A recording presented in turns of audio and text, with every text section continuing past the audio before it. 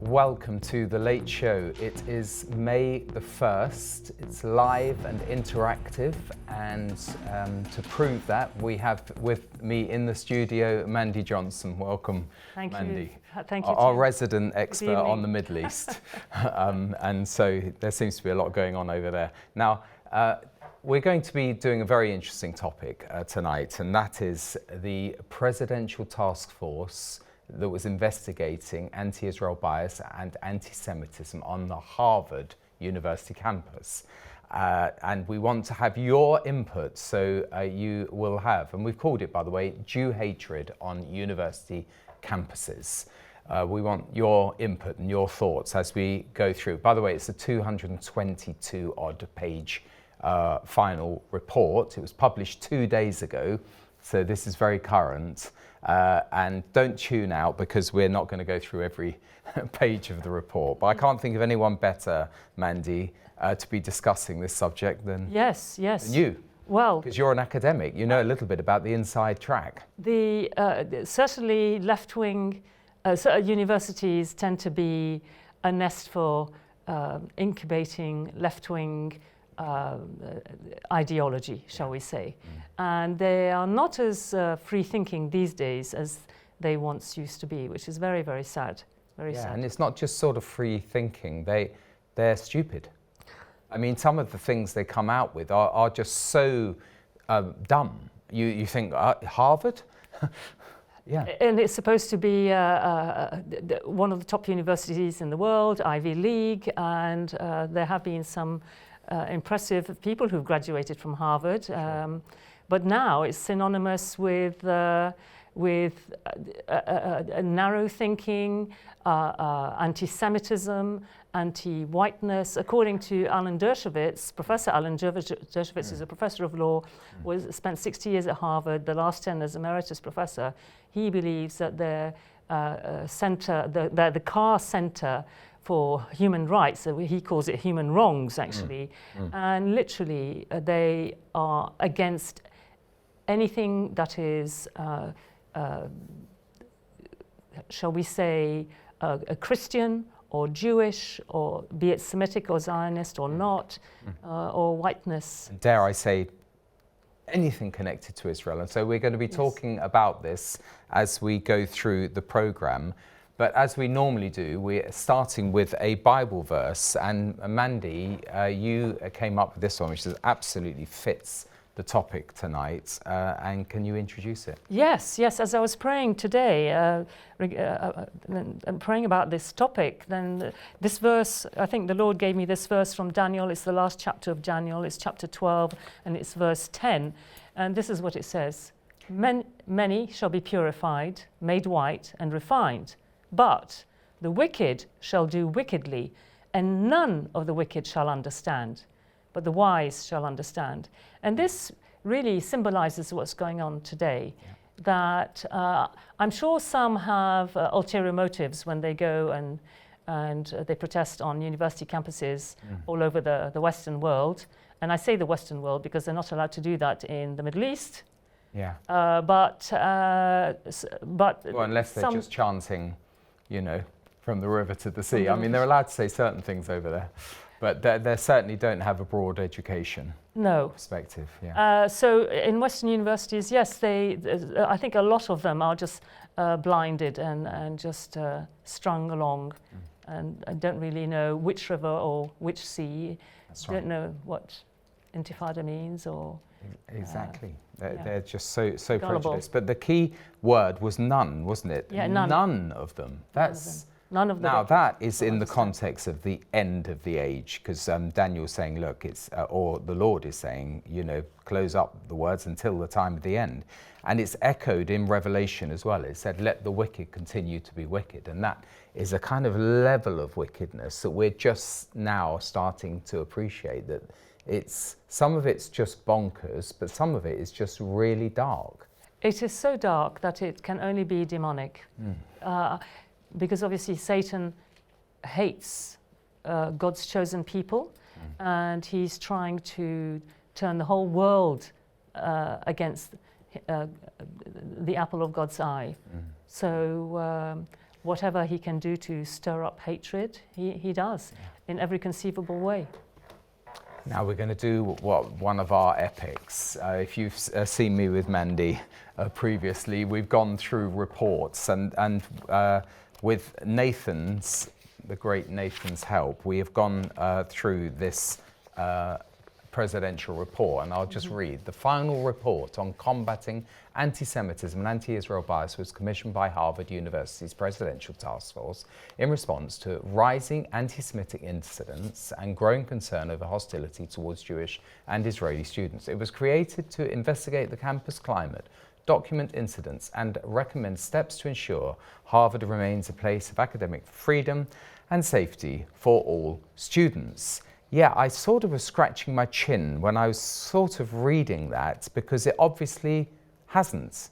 It said it may continue to be, as though, that's how it has been, but it patently hasn't been inclusive. No, it hasn't. Even before the October 7th massacre, it had those tendencies to be leaning heavily towards the left, and they instead of being a meritocracy, they actually are practicing double standards. So, for example, they would quite happily say we mustn't discriminate against blacks, and of course we shouldn't, and we mustn't discriminate against Native Americans, and we mustn't discriminate against the LGBTQ+ community. But we can discriminate against Israelis and Jews. And that's because they classify Jews and Israel's, they put them in the same pot, but of course in the eyes of God, he talks about his children Israel, but they call Israel the oppressor,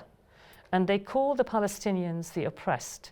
So they're equating, they say obviously the blacks are the oppressed and the whites are the oppressors. Right. And this is the if you like, critical race theory. Critical race, they are in favor. This is what they are teaching, critical race theory. Terrible.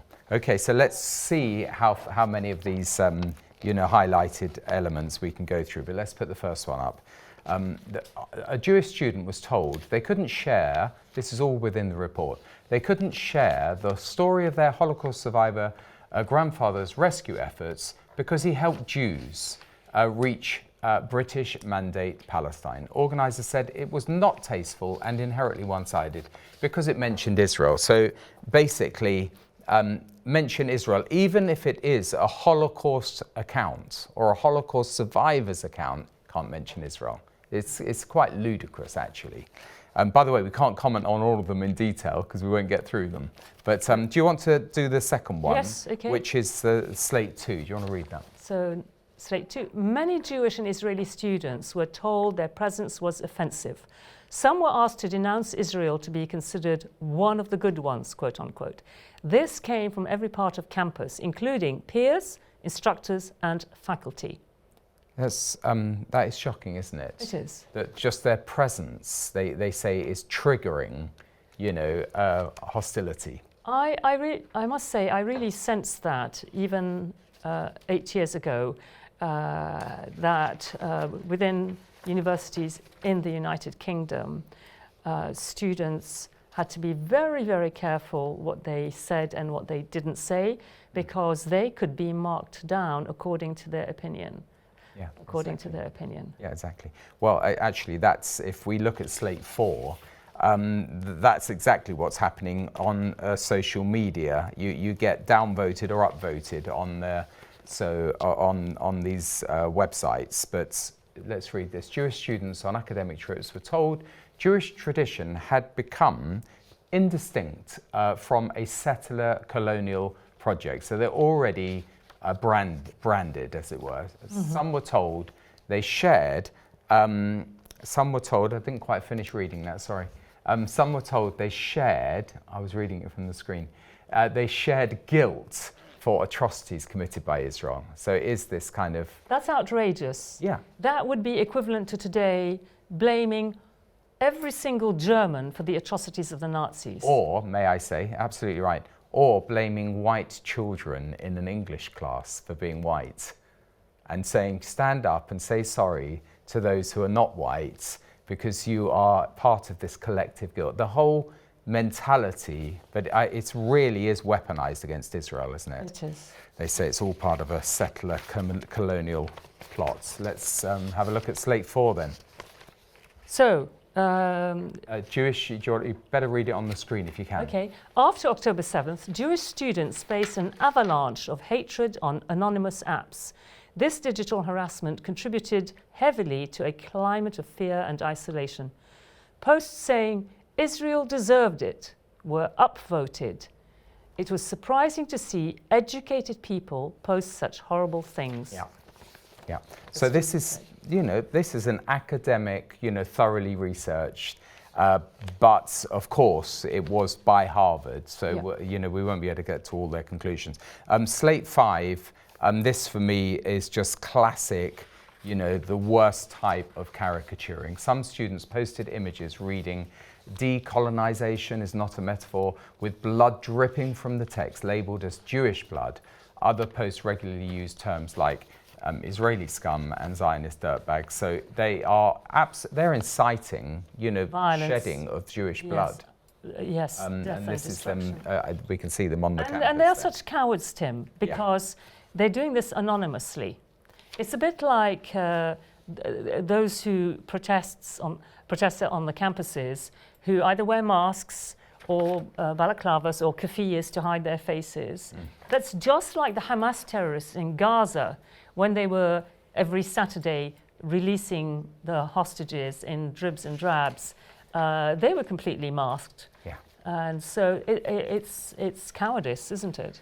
I'll read one more of these slates, and then we're going to go to a very brave guy, actually. His name's Zack Sage Fox, who goes onto the campus undercover and starts quizzing the students. It's very revealing, but I'll read this final, we're at the halfway stage of reading out slates. So this is Israeli students, slate 6, had it particularly hard. This is in the report. Many avoided certain degree programs, courses, and class discussions because of anti-Semitic hostility. One said they felt every comment was filtered through the Israeli is speaking. They feel bullied out of the graduate lounge.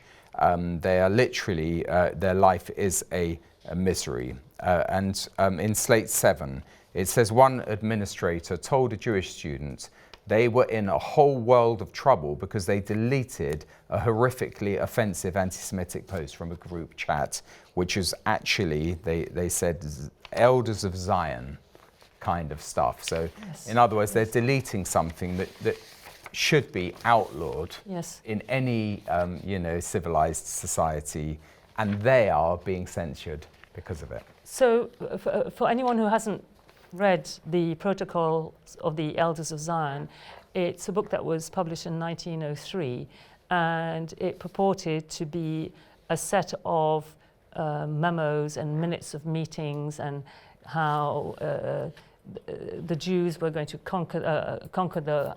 dominate the world, the whole world, like global domination, and all sorts of lies. And of course, it was the blood libels. And the blood libels were shocking. Absolutely. Go right back to the medieval age, and it was still being sold today. Sold today, or even propagandized online as well. So nothing has changed, and people believe, and they just don't check the sources. Yeah. So we are going to watch the first of two very revealing films put together by Zack Sage Fox. This one is called Undercover. Can rape be justified? There's nuance. Just release Palestinian terrorists. Are you excited about that? Resistance is justified, of course. Hey. I'm Zack Sage Fox, about to go undercover at Columbia University, one of the biggest hotbeds of anti-Semitism and pro-terrorism in the U.S. Jewish students at Columbia University spoke out that they feel unsafe. Columbia doesn't protect Jewish students from anti-Semitism. Let's go. Hi, excuse me, can I ask you a quick question? You wear your keffiyeh like every day? Many days. Still wear their keffiyeh and everything. Is there a lot of pro-Hamas support here? Yeah. Really? Yeah, sure. Nice. Yeah. Really? I think terrorism is one of those words that people haven't actually thought about the meaning. Like there's nuance in terrorism.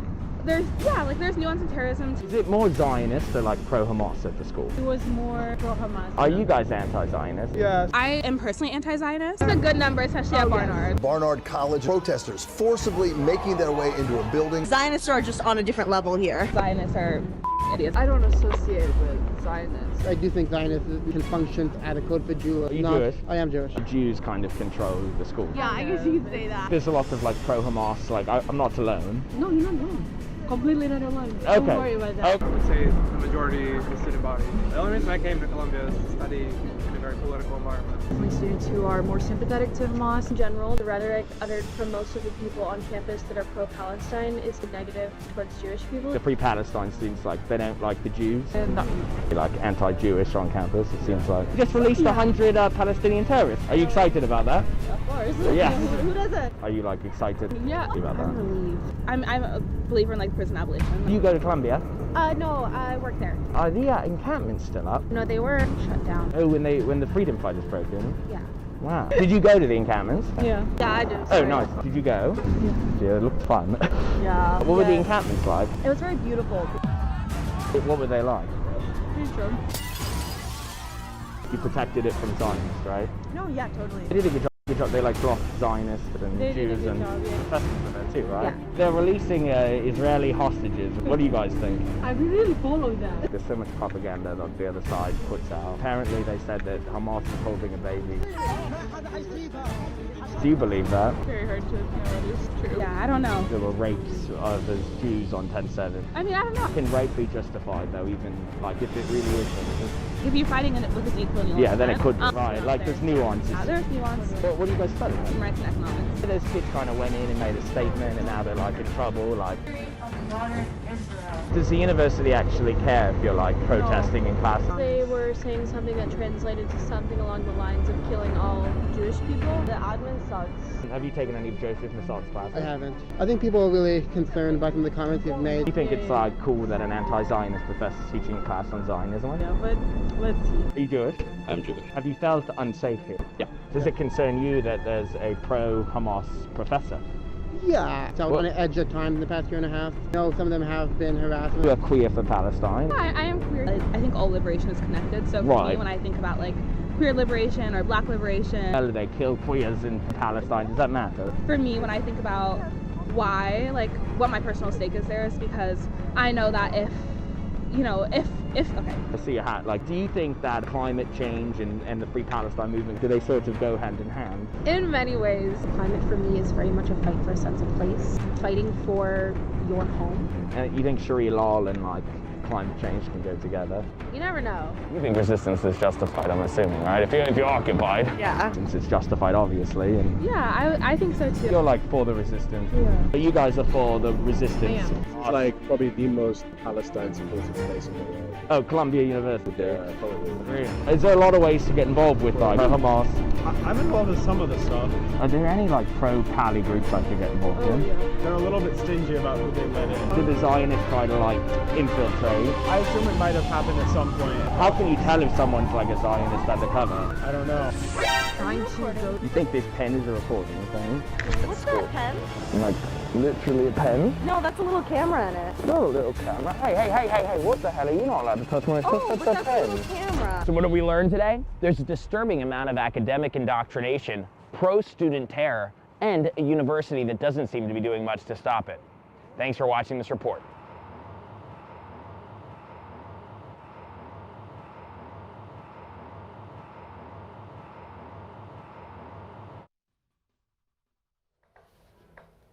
That was Zack Sage Fox, undercover at Columbia University. Quite a character, puts a mask on so he looks sort of, hip and with it, and he's got this pen filming those responses. Quite revealing. It is indeed, and when they don't realise they're being recorded, then they are quite open about what their intentions are, what their beliefs are, and of course all totally misguided. And one of them says, "Oh yeah, I'm for the abolition of prisons." What does that? They have grouped together every single ism against Israel. So, but as it's been said before, if they queers for Gaza really should try visiting or living in Gaza. Well, for half a minute they'll be thrown off the rooftop. I know, it's shocking, isn't it? Or the feminists for Gaza, or all of them. It just, they haven't got a clue. Yeah. So just to say, this is live and interactive. Please do write in and join in the discussion. I can see some of your emails are coming in, and I appreciate that. In fact, I'm going to show you how much I appreciate it. I'm going to read a couple. This is from Paul and Ruth. Just thought we would mention, no surprise really, that the BBC did not acknowledge the wildfires in Israel today on the radio. Yeah, I noticed that. It turns out now that they may have been deliberately caused by terrorists, as 18 people have been arrested. Shame on the BBC. They need boycotting, Paul and Ruth said. Diane says, unbelievable how this university has turned against the Jews. Who or what are the students listening to that affects them so they feel angry against Israel? Why are instructors teaching this? That came out, didn't it? There's a professor who's pro-Hamas. Who is influencing them? Are they listening to Muslim students who are radical, or is there someone behind all this, like Hamas infiltrating the university? That's well, remember that Claudine Gay, who was the president of Harvard, was eventually fired from her job and had to be replaced. That's it. And so she was replaced by Alan.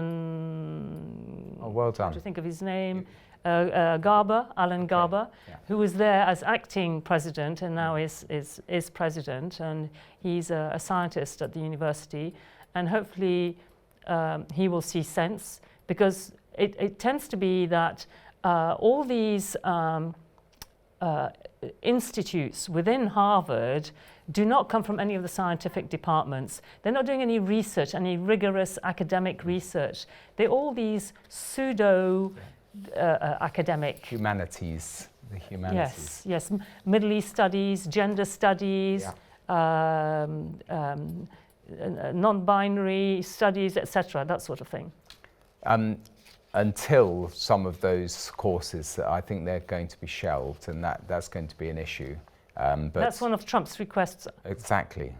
Yes, of Harvard itself. So should we go back to this report? We're on our 8th slate, and I'll read this out. At a Harvard law event for the families of the hostages, Harvard chose to move the Jewish students for safety reasons, while protesters roamed around freely.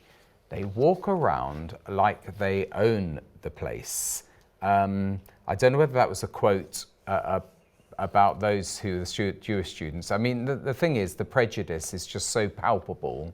I can't imagine how you can be a Jewish student on some of these It must be a frightening experience, and some are brave enough to remain on campus and carry on with their studies. Some, I've seen, have actually left the university and chosen to study elsewhere. But when you're living, it's like living in a war zone. Yeah.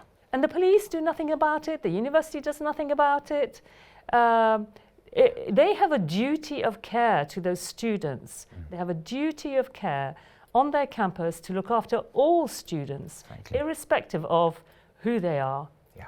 Why would they admit them otherwise? Next slate, you can read it, Mandy. Okay. Thank you, Tim. Chants like "globalize the Intifada" were widespread on campus. Many Israeli students on campus survived the second Intifada and said that hearing it chanted daily was traumatizing. I can just imagine that. They don't know what they're saying. So if I could just say, just over 20 years ago, I was there reporting the second Intifada, and buses were being blown up. I was in the earshot of bombs going off. The first female, I was in the hotel, it was Jerusalem Gate Hotel near the bus station. Yep. The first female Jewish suicide bomber detonated there. Friends of mine have been, maimed, many. And of course, Margalit, her daughter, was in the first bombing down in Tel Aviv. So to say they want to globalize the Intifada, that means bombings all over the world. Shopping malls, restaurants, car bombs, suicide bombers is absolutely shocking. Yes, absolutely. It's more than an intifada, because an intifada is the Arabic word for uprising. That's it's right. actually jihad. It's war, and that is what I can, you know, it's almost palpable, the fear they have to experience, the trauma, or having to relive trauma. Yeah. You know, it's terrible. It's all propagandized, because the first intifada, it's not that I'm triggering these things, but I was there in 1987 in December when the first one started by Arafat. And at that time, I had a number of Arab merchants in the old city of Jerusalem who were petrified of Arafat. They were threatened with firebombing of their shops. This is Arabs, if they didn't shut the shops. What did the BBC and CNN report? They said there's been a spontaneous uprising, and the shops, they are shutting in protests. They weren't. They were being at gunpoint told they had to. A web of lies, and we've covered on this program before how if you tell a lie often enough, people will believe it. That's it. Next one is, I'll read this one. This is Harvard Divinity School dehumanizes. This is the classic way, tool they use. They dehumanize the victims of October the 7th. At a Harvard Center for Middle Eastern Studies event in Harvard Divinity School, whatever that means, October the 7th was described as an attack on Israeli Jewish settlements. It's so interesting the way they sanitize it in an effort to dehumanize the victims and erase the civilian massacre that took place. Well, anyone who saw that festival, that wasn't a settlement, that was actually peaceniks who were being shot down. And what the Hamas terrorists did is they had GoPro cameras fitted to their foreheads. They also live streamed it. This is how we have all the footage. But the Israeli government decided, out of decency and good taste, they themselves would not broadcast the footage. Yeah. And so there have been terrible lies told about that massacre.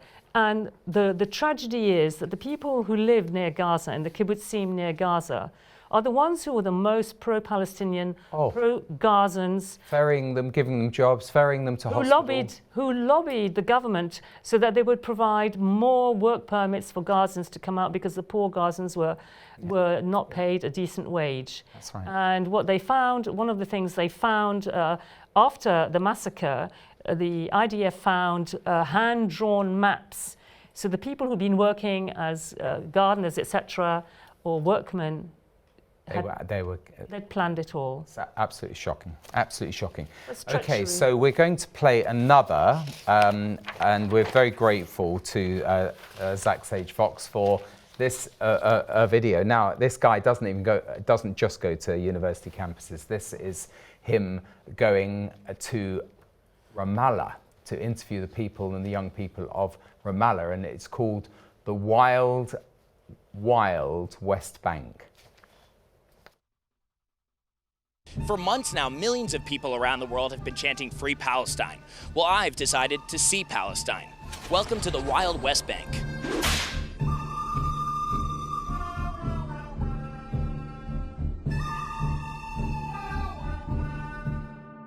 Are you supportive of Hamas? Yes. Yes. Of course. Yes. Are most Palestinians? Yeah. Palestinian people like Hamas. I'm with the resistance. Did you see the videos they posted of what they did on October 7th? Everything. And you're okay with all that? With everything they did. They killed innocent Israelis. They killed... Yes, No. they did. No. Yes, they did. Give me a picture for rape.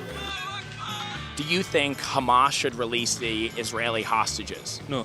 No. No. Nothing named Israel. There's nothing named Israel? Yeah. The Quran mentions Israel over 100 times. Is Palestine mentioned in the Quran? No. No. The murders Hamas did on October 7th, is that okay? Yes. They have the right to do it. The problem is not Hamas. We should look at the bigger picture. They living under occupation. But Israel left Gaza in 2005. Sure. What does Intifada mean? Violent. And neither one of us were born anywhere near 1940. We have to deal with the reality today. No. No, don't deal with the reality today. Britain brought all the criminal Jews since 1948. They can go back. Holanda, Iraq. Most of those places they were kicked out of. Jews have not been killed or exposed to any struggle or any violence. In almost every country in the Middle East. No. Oh, that's true. Educate yourself. If they are kicked, it's because of their own actions. What did they do besides being Jewish? They steal, they do all awful deeds. Does anyone here hate Hamas? In the U.S., it's a big movement right now, Queers for Palestine. Are you supportive of that? No, we don't have it. You don't have gay people here? No. No. No. It's like an alien. It would not be accepted. No, to be honest with you, no. Do you want to live with the Israelis in peace? Or? No. I want one state solution. No Israel. So no more Israel? Yes. Israel wiped off the map? Palestine فقط. We should delete Israel. So you would not be okay with a two-state solution? Of course not. Israelis prisoners when they released from Gaza. They was smiling. You think that these people are genuinely smiling after being held hostage? They're scared for their life. Who put this in your brain? I think you're in denial about Hamas. So Hamas implements strict Sharia law. It looks like in Ramallah, at least, you're free to show your hair. Would you want Hamas to be in charge? They would allow for elections. But they haven't had elections in Gaza in 20 years. That's a fact. Maybe people there want them. Thanks for watching this report. It truly is a wild, wild West Bank. Peace in the Middle East.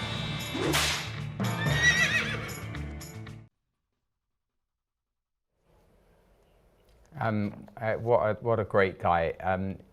Zack, he's a comedian, he's an actor, he's written for the Jerusalem Post.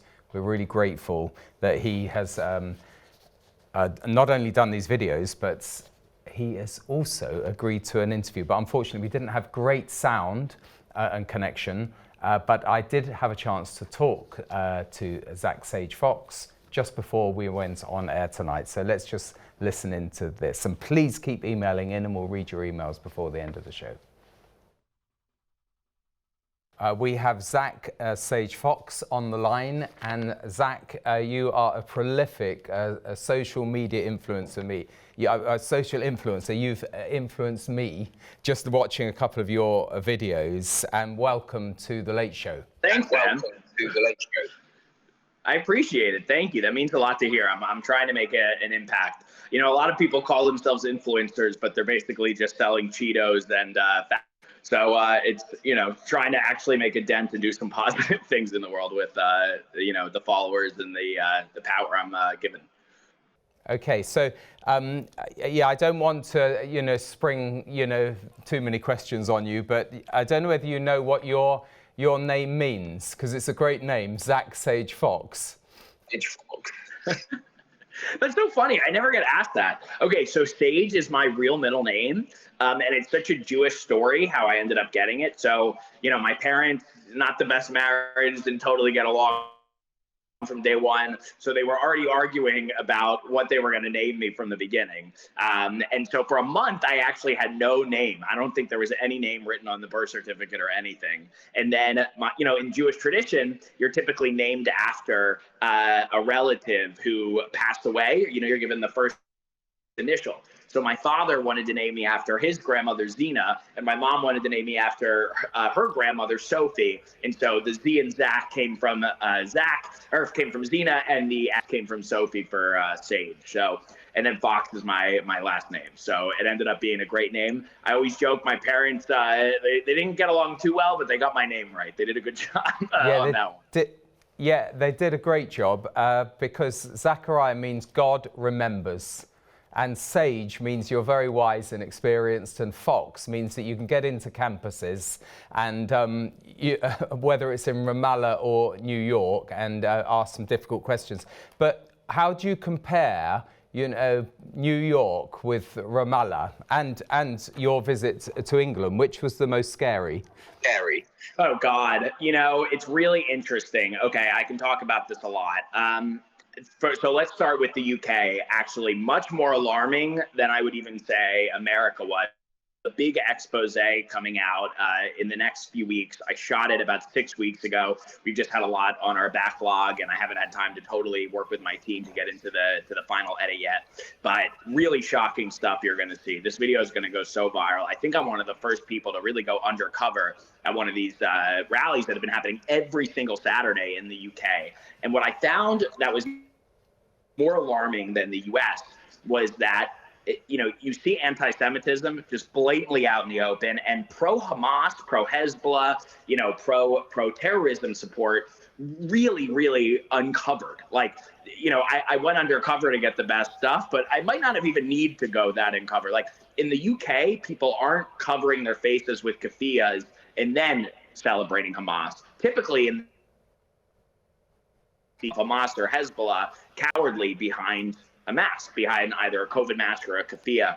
Where in the UK, you have just like white people, who have never been to the Middle East, who are out there just being like, oh yeah, we absolutely love that Hezbollah and Hamas. Oh yeah, freedom fighters, they're our boys. Like, even though the UK has them as a terrorist group, and really alarming stuff. There's a girl, a 17-year-old girl, I interviewed who said that all Jews should go to hell.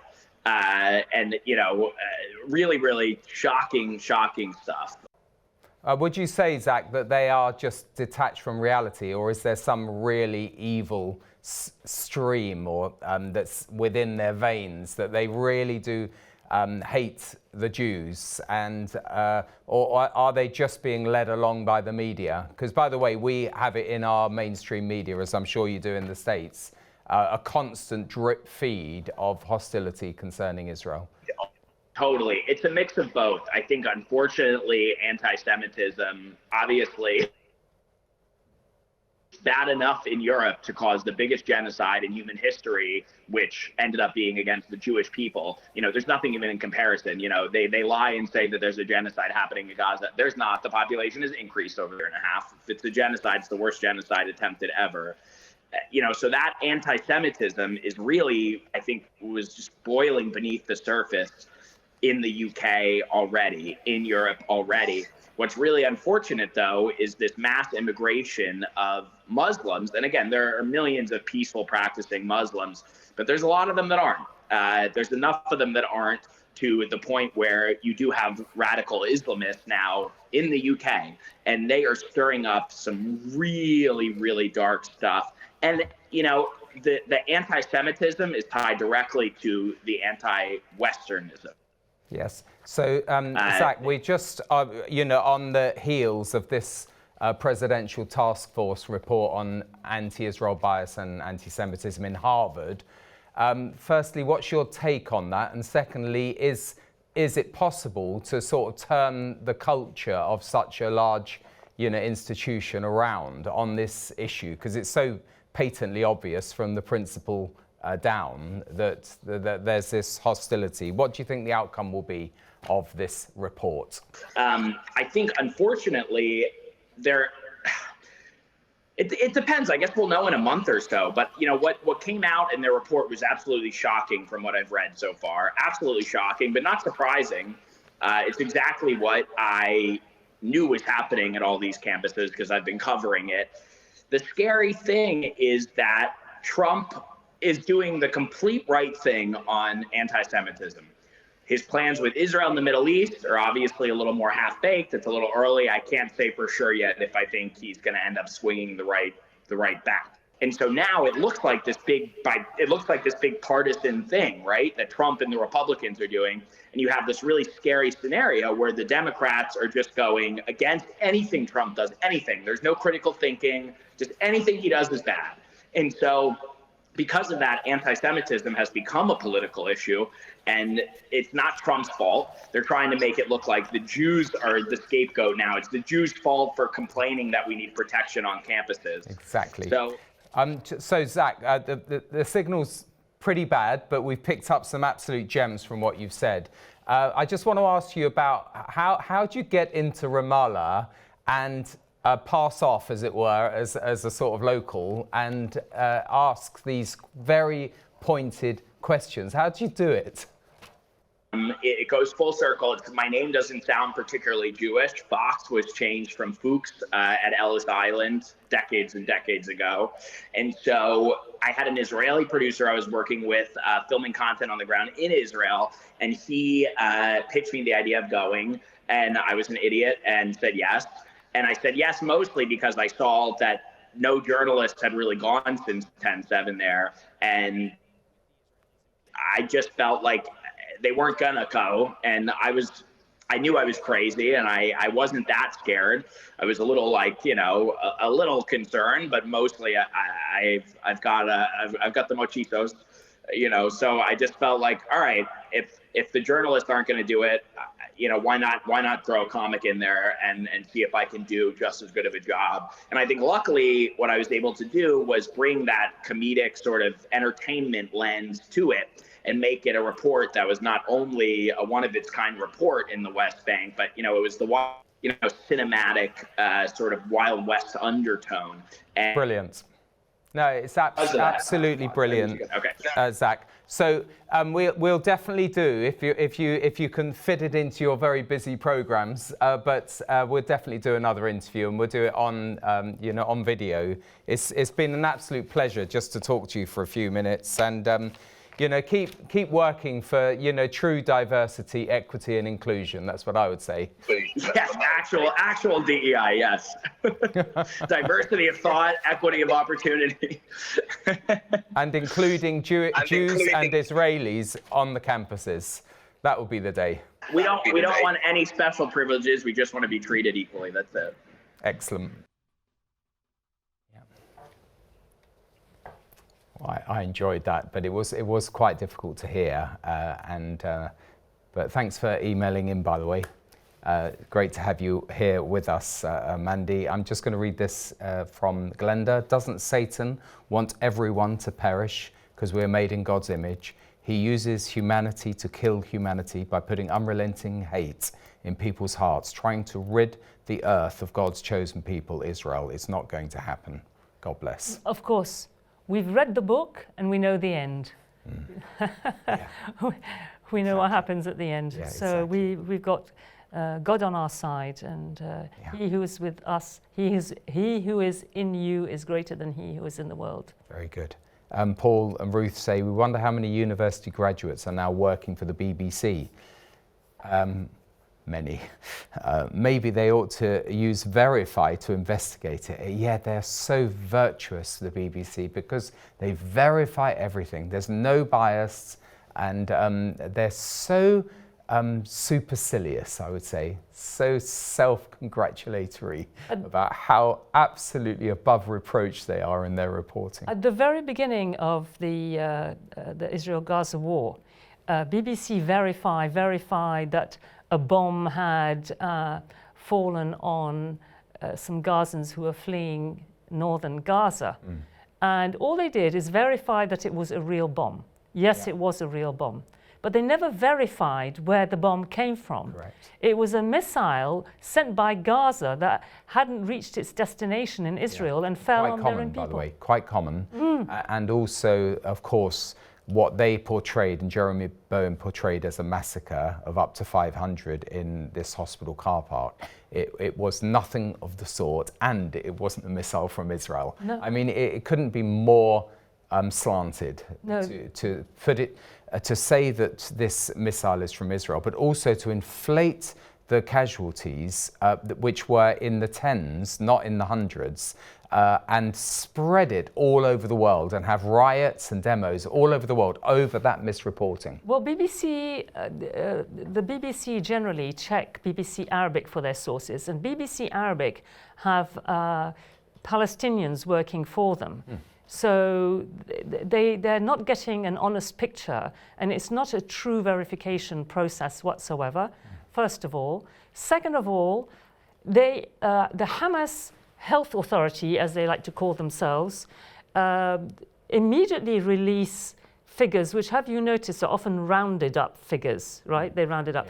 So how can they so quickly tell how many people have been killed and how many of them, how can they identify? Oh no, it's unbelievable how quickly they get the stuff out there, but it's just filled riddled with anomalies. So statisticians look at the Hamas figures in terms of the different groups that have purportedly perished, and it doesn't add up statistically, and that will eventually be investigated. But in the meantime, a lot of people are riled up to hatred around the world, and that's what's so sad. Yes, and they're contributing to that. Yeah. And in fact, there's a group of Jewish employees who work at the BBC who feel, who are bullied, who feel threatened, who have no rights, who've been silenced and traumatized by all that's going on.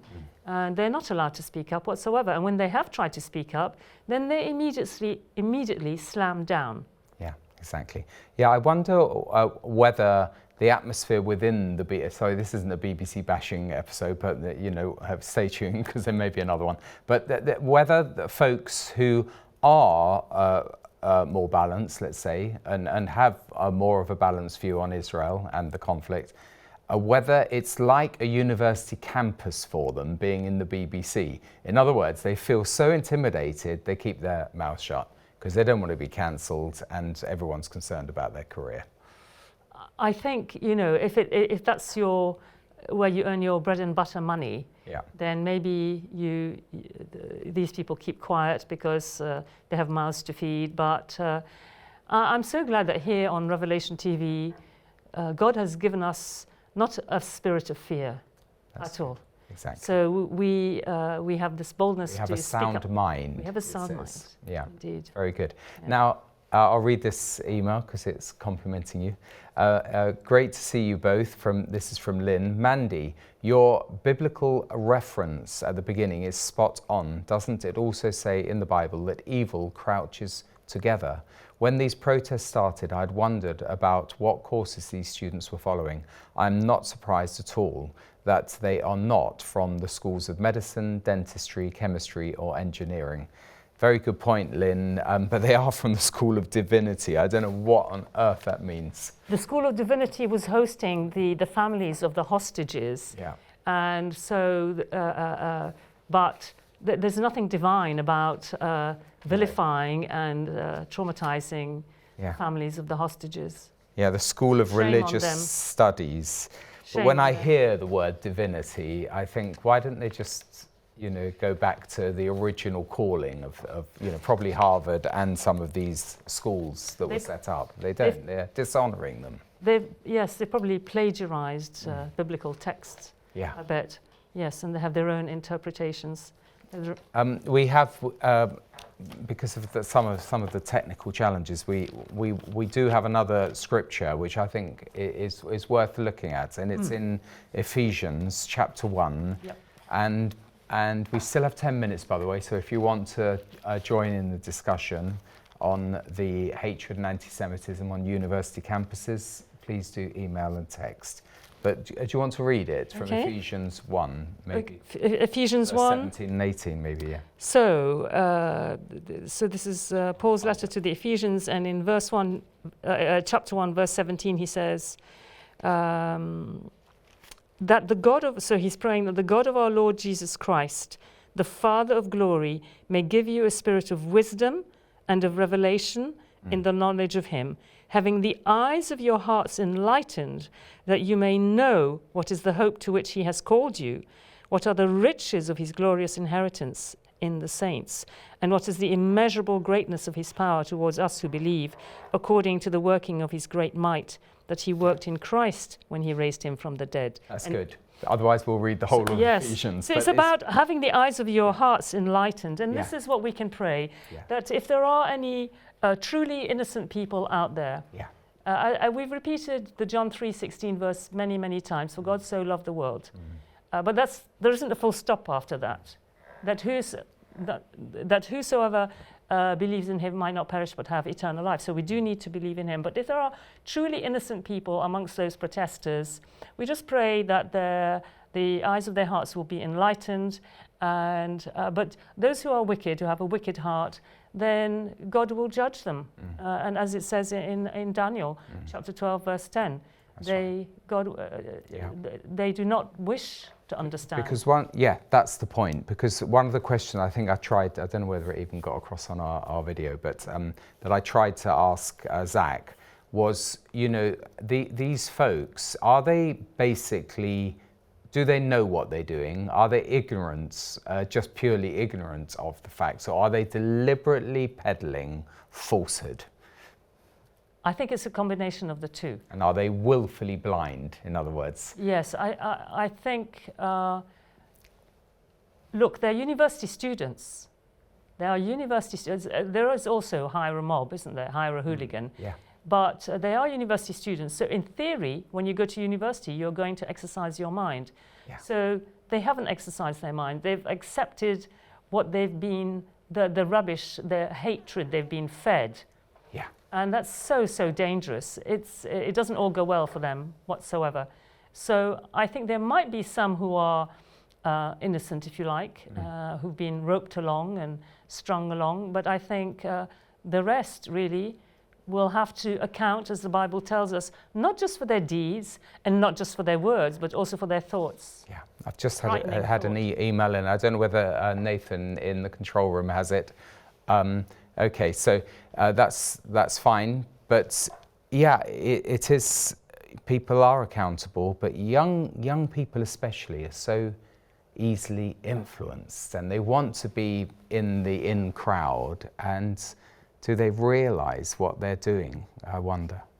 Yeah. They are not doing what universities normally teach them to do, is to check their sources and to look at all the primary sources. They're not looking at primary sources. Yeah. They're looking at secondary sources, and they're believing that.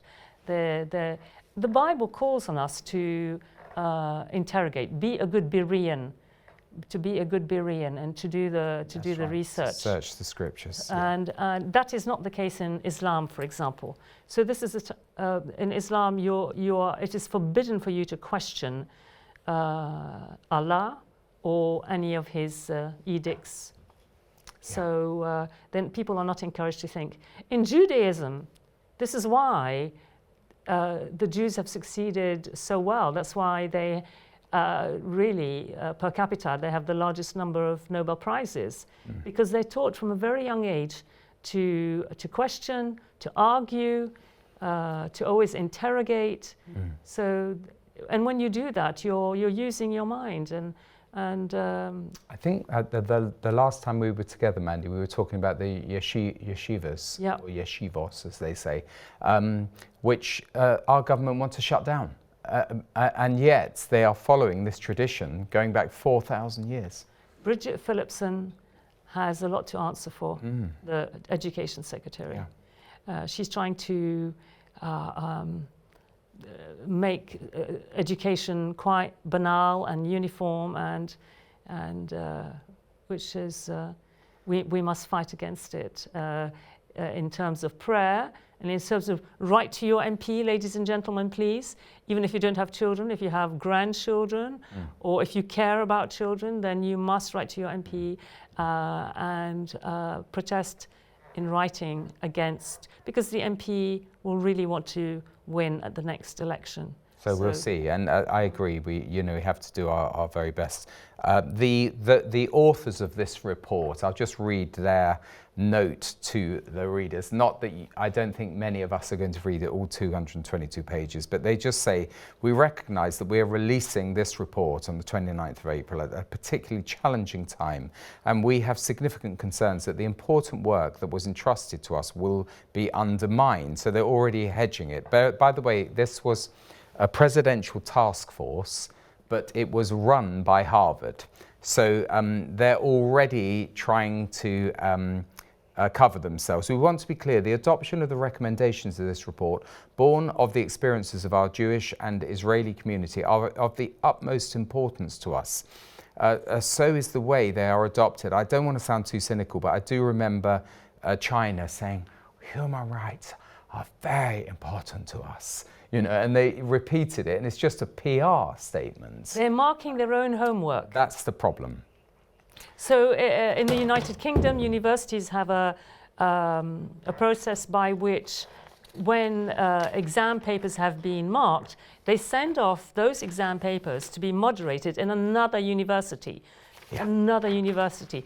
And it's not always the same other university. After 5 years, they change university. So you can't have Harvard checking its own false and practices. it's become a very political issue because Trump is now threatening to withhold funding from the university, and apparently they get up to $2 billion in grant aid. But let's read, if you could do this, the final slate, which is the conclusion of the report itself. For Israeli students and many Jewish students at Harvard, particularly those who believe in a right of the Jewish people to a state in their land of origin, the consequences have been dire, especially since the attacks of October 7th. Due to aspects of their identity, including their religion and national origin, these students have faced bias, suspicion, intimidation, alienation, shunning, contempt, and sometimes effective exclusion from various curricula and co-curricular parts of the university and its community. Clear examples of anti-Semitism and anti-Israel bias. So the question that I put to Zack is it going to change? And that's the big question that we are questioning tonight. No, I think it's the oldest hatred. It's irrespective of where the Jewish people live, whether they're in the Pale of Settlement, whether they're in America, whether they're in Britain, whether they're in Israel. So we're up against it, and whether it is in the church, because I remember a line from David Pawson, how odd of God to choose the Jews, but not as odd as those who choose the Jewish God and spurn the Jews. And so we have a challenge within the church, I think, also. We do. We have to check ourselves, and as we've repeated, Genesis 12:3, those who bless Israel will be blessed, and those who speak lightly of Israel will be cursed. So yes, I agree with you that I don't think it will improve. There might be some superficial tweaking here and there because Harvard want the money. They don't want to be defunded.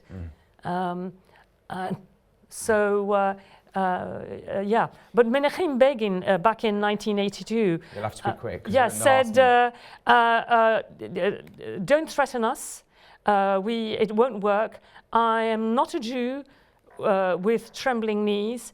I'm a proud Jew with 3,700 years of civilized history. It's a brilliant line. Great giant he was. So thank you very much, everyone who's emailing.